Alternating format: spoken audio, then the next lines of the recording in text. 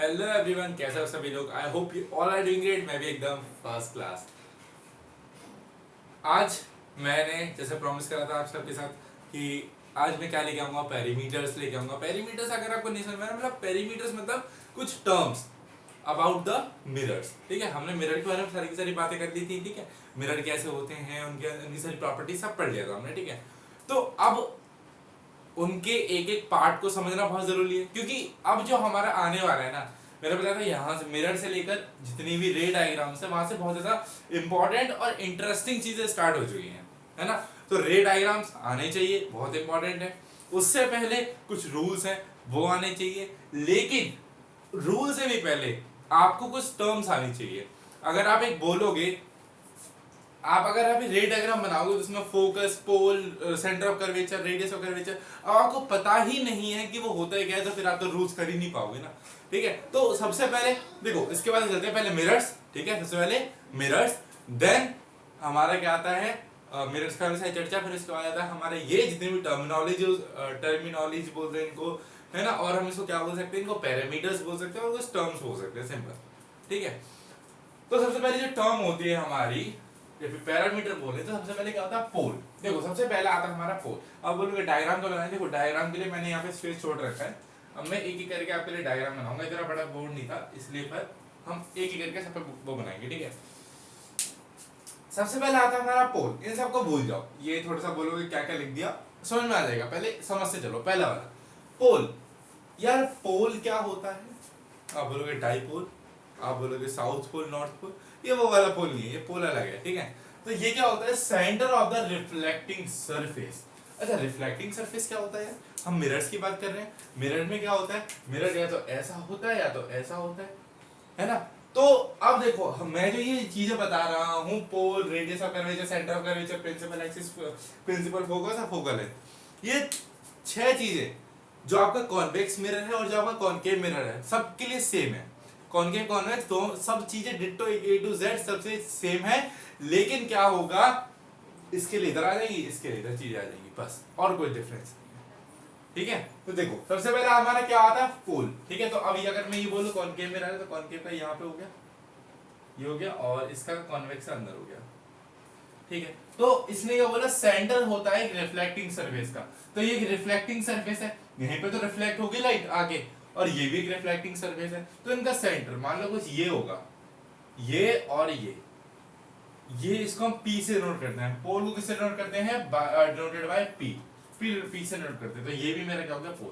तो ये मेरा क्या होगा, पोल हो गया। अच्छा, देखो यार, मैं सिर्फ कॉनकेव बना रहा हूँ। ठीक है, सारी की सारी चीजें सेम है कॉन्वेक्स के लिए, तो मैं बनाता हूँ कॉनकेव वाला।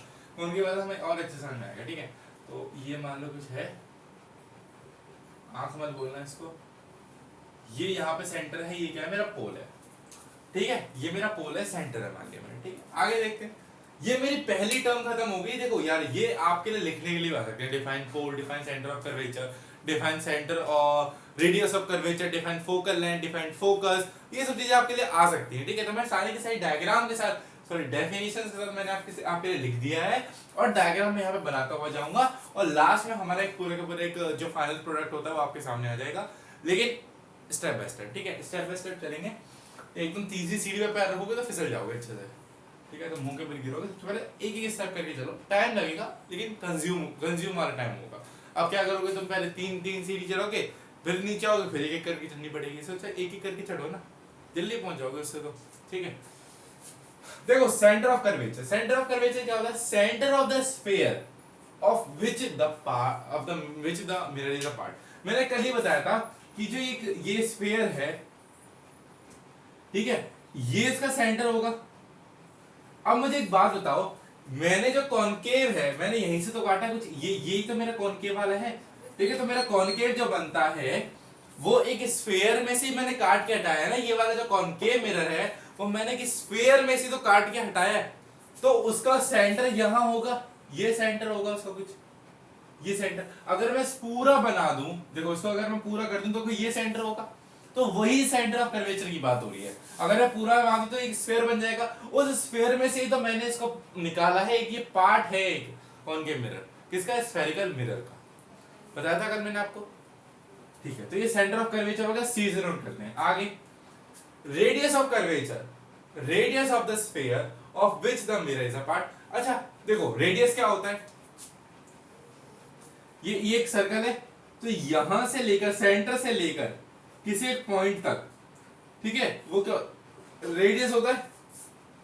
तो वो ये बता रहा है कि radius of the sphere of which the mirror is a part, जहां पे ये मिरर एक पार्ट है तो इतना जो डिस्टेंस होगा सेंटर से लेकर पोल तक, क्योंकि अब पोल बोलो, पोल क्यों, देखो मैंने एक ऐसा बनाया तो यहीं पे तो पोल है, मैंने इसको तो काट के निकाला है इस वाले इतने वाले सरफेस को, तो ये पोल ही तो है। तो हम मान रहे हैं कि सेंटर से लेकर जो पोल तक का डिस्टेंस है इसको हम क्या बोलते हैं, इसको हम आर बोलते हैं, ठीक है। तो यहाँ लिख दो, सेंटर से लेकर पोल तक का डिस्टेंस को हम क्या बोलते हैं, रेडियस ऑफ कर्वेचर बोलते हैं, ठीक है। ये वाला डिस्टेंस को हम रेडियस ऑफ कर्वेचर बोलते हैं। फिर मैं एक काम करता हूँ, आर से नोट कर देता हूँ, ये वाला यहाँ से लेकर यहाँ तक जो डिस्टेंस है वो मेरा आर है, ठीक है। इसको यहाँ से लेकर यहाँ तक जो मेरा डिस्टेंस है वो आर है, ठीक है। ये तो हम ऑब्वियसली बताया कि सेंटर से लेकर किसी एक पॉइंट तक अगर हम कोई लाइन खींचेंगे तो वो हाफ ही होगी, ऑब्वियसली वाले डायमीटर का रेडियस बोलते हैं इसको, डबल हो जाएगा अगर पूरा का पूरा डिस्टेंस लोगे तो क्या हो जाएगा, डायमीटर हो जाएगा। तीसरा देखो, फर्स्ट हो गया, सेकंड हो गया, थर्ड हो गया, फोर्थ वाले पे प्रिंसिपल एक्सिस, ये मोस्ट इंपॉर्टेंट चीज होती है प्रिंसिपल एक्सिस। अब इसको समझना, line joining pole with the centre of curvature, जो पोल देखो मैंने आपको ये डिस्टेंस बताया ये वाला, ठीक है। प्रिंसिपल एक्सिस क्या होती है, line joining pole with the centre of curvature, जो एक लाइन ऐसी जो पीछे से आ रही है, जो किस किस को वो कर रही है, एक सेंटर ऑफ कर्वेचर और एक पोल को भी क्या कर रही है, ज्वाइन कर रही है। एक ऐसी लाइन आ रही है जो सेंटर ऑफ कर्वेचर और पोल से होकर निकल रही है, इतना याद रखो, ठीक है। और सेंटर ऑफ कर्वेचर और पोल के बीच का डिस्टेंस होता है उसको हम क्या बोलते हैं, रेडियस ऑफ कर्वेचर बोलते हैं, ठीक है। चलो बहुत बढ़िया, तो हमारा प्रिंसिपल एक्सिस भी खत्म हो गया। अब आता है प्रिंसिपल फोकस। देखो प्रिंसिपल से मत लगाओ, फोकस याद रखो बस। प्रिंसिपल फोकस, प्रिंसिपल एक्सिस घबराना मत। एक्सिस मतलब एक लाइन जो सेंटर ऑफ कर्वेचर और पोल से क्या हो रही है, पास हो रही है, ठीक है। और प्रिंसिपल फोकस क्या होता है, फोकस मतलब देखो, फोकस मतलब फोकस करो, यहाँ पर फोकस मतलब यहाँ पे कंसंट्रेट करो, फोकस करो, यहाँ पे कन्वर्ट करो। देखो वही लिखा है कि पॉइंट ऑन प्रिंसिपल एक्सिस, एक पॉइंट है जो प्रिंसिपल एक्सिस पे आता है, बहुत बढ़िया। where the rays of light incident on the mirror parallel to the principal axis converge or appear to converge। ये सबसे ज्यादा डेफिनेशन, बहुत बड़ी डेफिनेशन होगी, समझ नहीं आया। देखो अब मुझे एक चीज बताओ, मैंने आपको बताया था कभी भी याद रखना, एक कॉनकेव होता है और एक कॉन्वेक्स होता है। मैंने आपको बताया था कि अगर आप क्या करोगे, एक लाइट भेजोगे तो वो एक ऐसे करके जाएगी, लाइट यहां से भेजोगे तो ये होगी। ये मेरा क्या था, ये मेरा क्या था उसका, ये मेरा कॉनकेव मिरर था, ठीक है।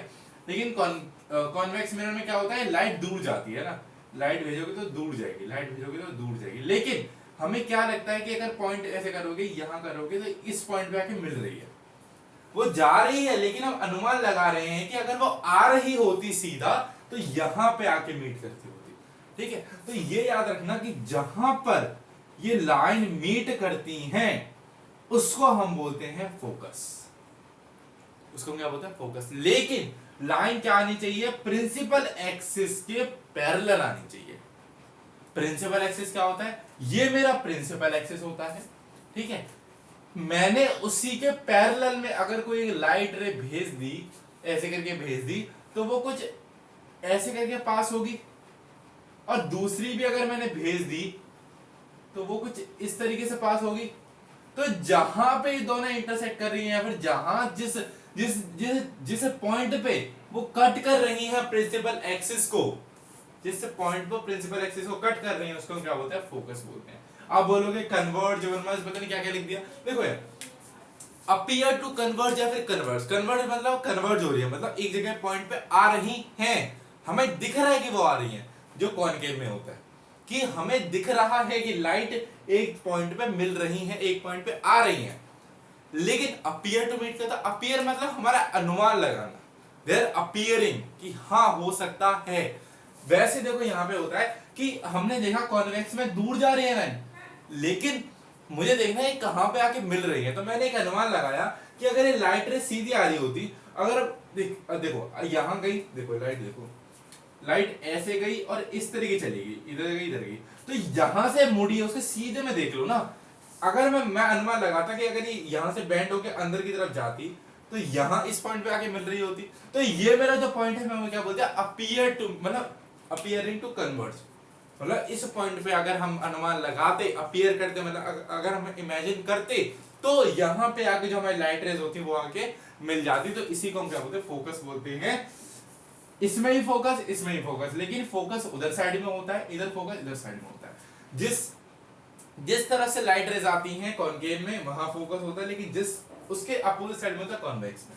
इतना याद रखें, जब हम और रूल्स करेंगे, रे डायग्राम्स करेंगे और अच्छे से क्लियर होगा, ठीक है। पर अभी ये चीज समझो, फोकस जहां पे लाइन मीट हो गई है, ठीक है। अरे वो क्या इससे बनाया था, हाथ भी बंद करना है। आप बोलोगे कि यार ये सब चीजें लिख के क्यों रखनी है, लिख के मैंने इसलिए रखनी है ताकि आपका टाइम कंज्यूम हो जाए, ठीक है, ज्यादा फिर आपका वेस्ट ना हो। अगर मैं एक एक करके लिखता तो फायदा नहीं था ना कुछ। मैंने इसलिए लाइन छोड़ दी, मैंने इसलिए गैप छोड़ दिया कि मैं आपको समझा सकूं अच्छे से। अब यहाँ पे अगर मैं एक एक करके तो बहुत लंबी वीडियो चली जाती, ठीक है। तो चलो हमारा प्रिंसिपल फोकस भी खत्म होगा, प्रिंसिपल फोकस समझ में आ गया होगा। मैं इन लाइंस को मिटा देता हूँ, ठीक है, इन लाइंस को मिटा देते हैं, इधर लिख लेते हैं, यहाँ पर होगा, हाँ यहाँ पे एक पॉइंट होता है फोकस, ठीक है, हाँ ठीक है। उसके बाद आता है हमारा प्रिंसिपल फोकस खत्म हो गया, अब आता है फोकल लेंथ। फोकल लेंथ क्या होती है, distance of the principal focus from point pole, sorry from pole. बस देखो इसकी ये फोकस से लेकर पोल तक का जो डिस्टेंस होता है उसको हम क्या बोलते हैं, एफ से डिनोट करते हैं फोकल, मतलब फोकल लेंथ बोलते हैं उसको। फोकल से समझ में आ गया, मतलब फोकस से लेकर पोल तक के बीच का डिस्टेंस। अब देखो वो मत होना, कंफ्यूज मत होना, सेंटर से लेकर पोल तक का distance radius of curvature. Centre से किसी पॉइंट तक लेके जा रहे हो तो रेडियस होगा, ऑब्वियस सी बात है, तो वो क्या होगा, रेडियस ऑफ कर्वेचर। लेकिन अगर फोकस से पोल तक जा रहे हो, फोकस से पोल तक जा रहे हो तो उसका हम क्या बोलते हैं, फोकल लेंथ बोलते हैं। क्या बोलते हैं, फोकल लेंथ। तो ये मेरा जो डिस्टेंस हो गया उसको हम एफ बोलते हैं, ये वाला डिस्टेंस क्या हो गया, आर हो गया। बस यही टर्मिनोलॉजीज थी हमारी जो हमको पढ़नी थी, जो हमारे पैरामीटर्स थे, जो बहुत ज्यादा इंपॉर्टेंट चीजें होती हैं। आप बोलोगे डेफिनेशन में तो कुछ दम नहीं था, हमने पढ़ के अच्छे से उसको ध्वस्त कर दिया। ये है आपके पास फाइनल प्रोडक्ट, ये है आपका फाइनल प्रोडक्ट जिससे हम पता लगाते हैं। और मैं आपको एक काम करता हूँ, कॉन्वेक्स वाला बना के दिखा देता हूँ। कॉन्वेक्स वाला देखो कुछ इस तरीके से होता है, यहाँ पे पोल होता है, यहाँ पे फोकस होता है, यहाँ पे सेंटर ऑफ कर्वेचर होता है। बस मैंने पलट दिया, मैंने इस सर्विस को पलट दिया, तो ये सारी चीजें इधर आ जाएंगी कॉन्वेक्स में। ये मेरा क्या है, कॉन्वेक्स का है, और ये मेरा किसका है, कॉन्केव का है, याद रखना,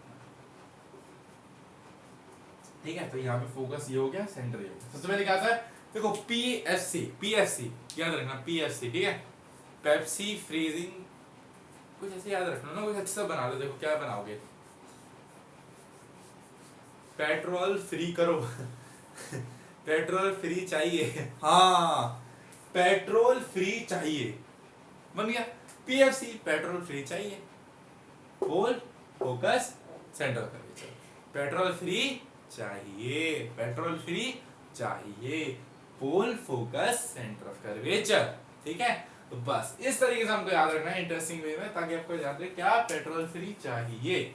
चलो अब वो बैना मैना मतलब देना कि पेट्रोल फ्री चाहिए, पेट्रोल फ्री चाहिए, है ना, वो नहीं। तो ये होते हैं हमारा पैरामीटर्स खत्म, पैरामीटर्स फिनिश, ध्वस्त कर दिया हमने पैरामीटर्स को, उसमें जान नहीं बची है, वो खत्म हो चुके हैं, ठीक है। Parameters finish, A to Z सब चीजें मैंने जो बताया था। अगला जो लेक्चर आएगा हमारा आएगा रूल्स फॉर मेकिंग द रे diagrams in spherical mirror. Spherical mirror कितने तरीके के होते हैं, कॉनकेव और कॉन्वेक्स। मैं स्फेरिकल मिरर इसलिए बोल रहा हूँ कि स्फेरिकल मिरर के पार्ट ही तो होते हैं, कॉनकेव और कॉन्वेक्स, ठीक है। तो अगले वाले लेक्चर में हम उनके कुछ रूल्स देखेंगे कि हम रे डायग्राम बनाएंगे। रे मतलब देखो, रे डायग्राम मतलब कुछ रेस को लाके हम डायग्राम बनाएंगे। With the help of rays we make some diagrams, right. तो वो उनको क्या बोलते हैं, रे डायग्राम्स बोलते हैं। तो वो नेक्स्ट क्लास में जो आएगा, पहले हम उसके रूल्स देखेंगे एंड देन नेक्स्ट क्लास में हमारा रे डायग्राम्स फिनिश। उसके बाद रिफ्लेक्शन वाला चैप्टर खत्म। अब आएगा रिफ्रैक्शन। रिफ्रैक्शन में टाइम लेगा, अच्छे से करेंगे, कोई हमें जल्दी जल्दी किसी चीज की नहीं है। कोई शादी में जाना है ना, रिकॉर्डिंग हो गई है, कभी भी देख लेना, ठीक है। तो पैरामीटर्स खत्म, ठीक है। 10 चल रही है, अच्छे से पढ़ लो, इधर उधर माइंड मत घुमाओ, ठीक है। समझ रहे हो ना कैसे में, चलो, तो इस वाली वीडियो को यहीं पे रखते हैं। अगली वीडियो में और ज़्यादा अच्छे रूल्स के साथ आऊँगा मैं, और ज़्यादा अच्छी जो चीज़ें आपके साथ लेके आऊँगा। तो चलो मिलते हैं अगली वीडियो में, तब तक के लिए bye bye, good night, stay tune. And last चीज, don't forget to subscribe. If you love this video please like and make sure you subscribe to the channel. 2 बार बोल दिया, फिर से बोल देता हूँ, subscribe to the channel. And तीसरी चीज, शेयर जरूर करो यार। अकेले के लिए पढ़ने जाते हो ये चीजें हैं, पेट्रोल फ्री चाहिए, दूसरों के पढ़ाओ यार, दूसरे भी तरक्की करके थोड़ी बहुत है ना। तो चलो बाय बाय, स्टे ट्यून्ड।